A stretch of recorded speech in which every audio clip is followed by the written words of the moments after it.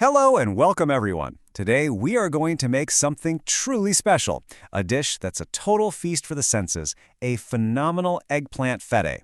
Seriously, this is one of my go-to recipes for any gathering. It's this incredible centerpiece, it looks absolutely stunning, and you know what? It's surprisingly easy on the wallet too. The real magic of this dish, it's all about the contrast. I mean, when you take that first bite, you get this explosion of textures. You've got the crispy, the creamy, the savory, all happening at once. It's the kind of dish you just can't stop eating. So I'm gonna walk you through how to get it perfect every single time. All right, let's get into it. So, first things first, the heart of any great fatteh is an amazing sauce. And we're not talking about some thin, watery tomato sauce here. Oh no, we're building a deep, rich, almost stew-like foundation that's going to be the soul of our dish. Okay, for our sauce, we're using some really beautiful, simple ingredients that pack an incredible punch. Now the key here, and I really mean this, is using finely diced, fresh tomatoes. They break down into this lovely, rustic texture that you just can't fake with a can of puree. All right, grab a pot, let's get this sauce started. We'll saute our onion till it's nice and soft, then toss in the garlic and just let that amazing smell fill your kitchen for a minute. Now stir in the tomato paste and let it cook for a moment. This little step really deepens the flavor. Then, in go your tomatoes, a little sugar to balance things out, salt, and pepper. Next, for that savory kick, pour in the hot water with the bouillon cube all dissolved. Let this bubble away on low for about 10 minutes. You'll watch it get all thick and wonderful. And the final touch? That pomegranate molasses. We stir it in right at the very end so its bright, tangy flavor really shines through. Now, you want to know a little secret? Even though this is a completely vegetarian dish, that single beef bouillon cube adds this incredible, savory depth. It gives the sauce a really satisfying, almost meaty richness. It's a total game changer for building flavor. Trust me. Okay, our amazing sauce is simmering away. Let's talk about the next essential layer, the crunch. We need that perfectly crispy eggplant and bread to play against the rich sauce. This right here is what makes fatteh so good. So all you need is eggplant, some bread, and salt. Sounds simple, right? Well, the magic is all in the technique, especially for that eggplant. Let me show you the secret to getting perfectly fried eggplant that isn't a greasy mess. First up, cube your eggplant and pop it in a colander. Now don't be shy with the salt, sprinkle it all over. This is going to draw out all the bitter water.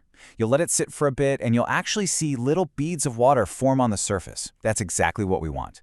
Next, you have to rinse it really well to get that salt off. And now for the most important part, pat it completely dry. I mean bone dry. This is what makes sure it gets crispy in the hot oil instead of just soaking it all up like a sponge. So listen up, because this is my golden rule. Whatever you do not skip the salting and drying step. It is the single biggest difference between beautiful, golden, crispy cubes of eggplant and a sad, greasy pile. You just have to do it. Now for the bread, this part's easy. Just cut it into little squares and fry them up till they're golden brown. If you want to get a little fancy with your presentation, you can even fold the squares or roll up some strips and stick a toothpick in them before you fry. They look really great as a garnish at the end. All right, so we've got our rich sauce, we've got our crispy stuff. Now we need the cool, tangy elements to cut through all that richness and balance everything out. And that's where our yogurt sauce and a zesty, spicy drizzle come into play. For our yogurt sauce, we're keeping it simple and classic. We've got plain yogurt, a little tahini for that nutty creaminess, a touch of garlic for a little bite, and of course, a pinch of salt to bring all the flavors together. Honestly, this couldn't be easier. You just dump everything into a bowl and whisk it up. What you're looking for is a smooth, creamy consistency that's easy to pour, but not, watery. It should just coat the back of a spoon. Perfect. Now for a real kick of freshness and heat, we're going to make something called daka. It's this vibrant, fiery, and super citrusy drizzle that just slices right through the richness of the dish and wakes up your whole mouth. It's fantastic. If you have a mortar and pestle, great. If not, just mince everything super fine and mash it with your knife. You want to paste with the chili, garlic, and salt. Then just squeeze in all that fresh lemon juice and give it a good stir. And that's it, a little flavor bomb ready to go.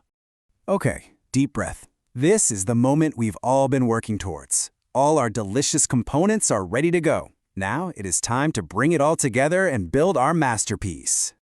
Look at this. We've got our crispy bread and eggplant, that amazing rich tomato sauce, our cool yogurt, the zippy daka, and some chickpeas for a little extra body. It's time to layer this thing up. So in your big serving dish, start with a layer of that crispy bread at the very bottom. Now drizzle just a little bit of that spicy yuca right on top of the bread. Next comes our fried eggplant, then a nice scattering of chickpeas. Spoon that thick, hearty tomato sauce all over everything. And finally, pour that beautiful, cool yogurt sauce right over the top and just let it drip down the sides.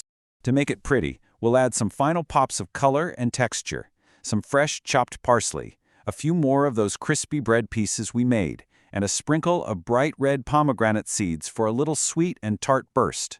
But wait, we're not quite done. There is one final show-stopping move that takes this dish from being really, really good to absolutely unforgettable.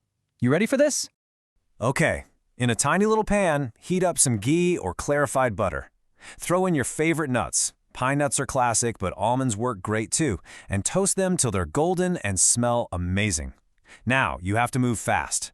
While that ghee is still sizzling hot, you pour the whole thing, nuts and all, right over the top of the fatteh. Ugh, you have to listen for it. That tss sound as the hot ghee hits the cool yogurt, that's not just for show. That is the sound of pure flavor being born. It releases this incredible nutty aroma. It's just pure culinary drama, and it tastes even better than it sounds. And there you have it, a stunning, layered, and just ridiculously delicious eggplant fatteh that is guaranteed to wow everyone. The only question left is, who are you going to share it with? I really hope you make this, and I hope you love it.